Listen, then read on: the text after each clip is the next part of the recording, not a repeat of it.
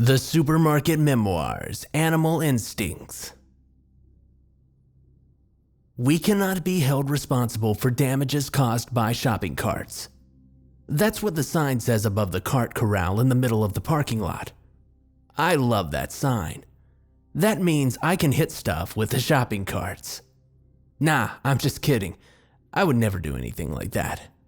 Hi, I'm Jimmy. It's nice to meet you. I'm the cart getter guy here at Barnaby's. There's a real name for my job, but I can't remember it. Anyway, I live in a beat-up mobile home in a trailer park not far from here, but that's not important. I've been at Barnaby's about 3 years now, doing the same thing every single day that I work. I don't mind though. I get to meet all kinds of interesting people and hear all kinds of interesting stories. Most people are nice, but sometimes you get the occasional butthead. Anyway, I've found all kinds of cool stuff that people leave behind in the shopping carts. Wallets, purses, pacifiers, shoes, umbrellas. One time someone even left their kid in a cart. How do you forget your kid? Anyway, they came back a few minutes later, picked up the kid like it was no big deal. I don't understand people at all. They gave me $5 though, for watching the little guy. Don't tell Mr. Barnaby because we're not allowed to accept tips. Anyway, all the important stuff I always turn into the office. But the little stuff, I take that home with me. I've got a huge collection in a big box in my closet, but that's not important. I'm sure I'm not the first to tell you that Barnaby's is a very old store. Our shopping carts are still made of plastic, not metal like the new ones. They're all cracked and missing pieces. Somebody's going to hurt themselves one day. Anyway, I'm a huge animal lover. I love all animals, dogs, cats, fish, birds, etc. I'm not too big on bugs though. Not too many people are. I volunteer at least 20 hours a week at the local ASPCA. Now, for those of you who don't know what the ASPCA stands for or even what it stands for the American Society for the Prevention of Cruelty to Animals. It's an organization that helps neglected, mistreated, and abused animals and has for over 150 years. Anyway, so Mr. Barnaby said that he's looking for stories about horrible and weird events that happen here. Well, this isn't weird or freaky or anything, it's just horrible. Anyway, it was last summer, the day after Tommy found that dead body in that ice cream thingy, but that's a different story.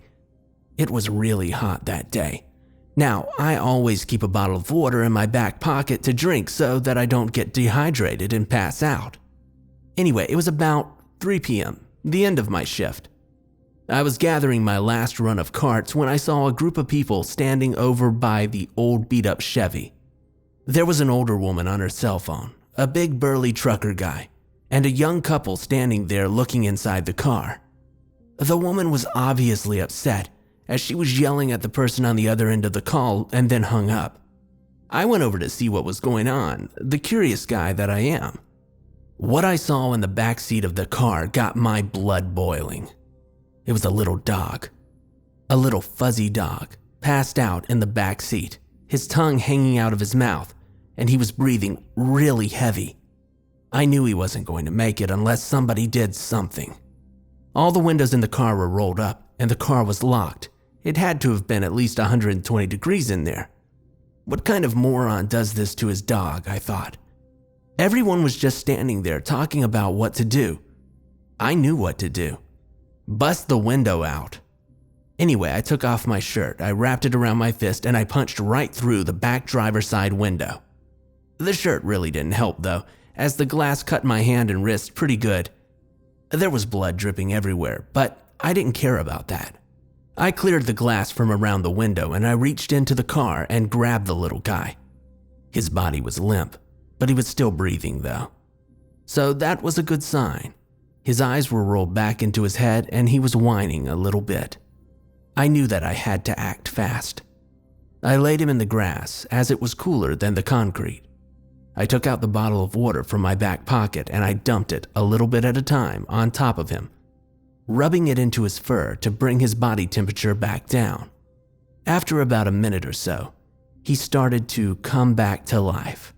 I picked him up and was holding him as he licked my face. Anyway, just then, I heard an angry voice from behind me say, "What did you do to my car?" The dog went from sweet and lovable to vicious and mean in 2 seconds flat. He was barking and growling and completely going crazy. I turned around to see a guy, about his mid-30s, wearing old, dirty, nasty clothes. He looked like he hadn't bathed since Jesus walked the earth. And the smell. Oh man, did he smell. He smelled just like old sweat, dirt, and feet. Anyway, without saying a word, the trucker guy just hauled off and punched the guy dead straight in the face, knocking him back a couple of steps. He was bent over, holding his face.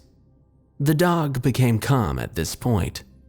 As the guy stood up, I could see that his nose was completely broken. There was blood pouring out all over his mouth, his chin, and his clothes. He took a step forward and swung at the trucker guy. I later found out that his name was Dave.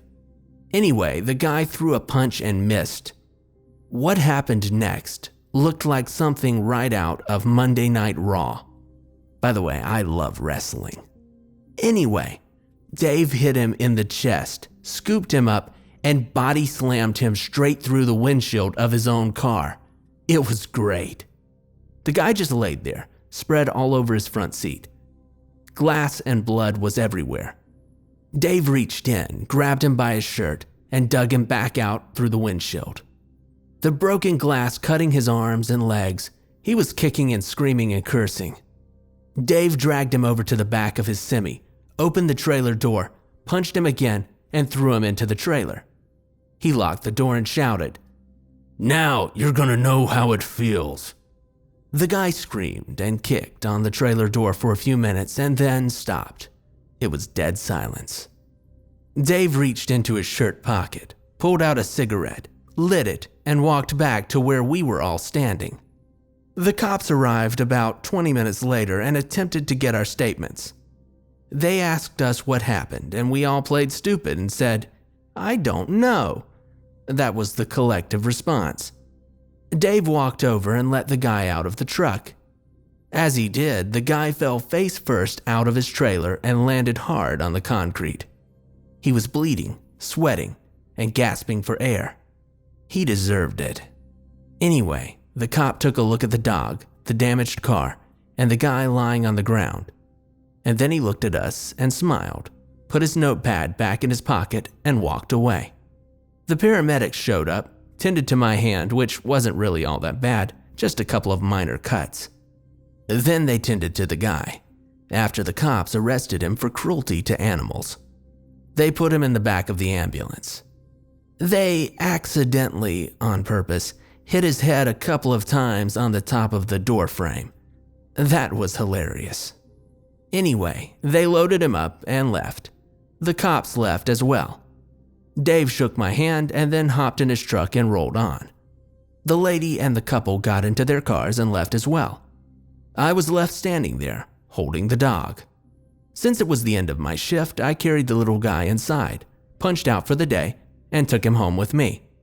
I introduced him to my other dog, Roscoe, but that's a different story. Anyway, I decided to name him Innes. Get it? Roscoe and Innes? The Dukes of Hazzard? Never mind, it's an old TV show. They seem to get along fine though. They just hang out and play in the yard. Anyway, the cop from that day came by the store a couple of weeks later. He said that the guy was found guilty of intentional animal cruelty, was fined $5,000, and is now serving 3 years in prison, which serves him right. His car still sits in the parking lot. The birds now use it for target practice, and they never miss.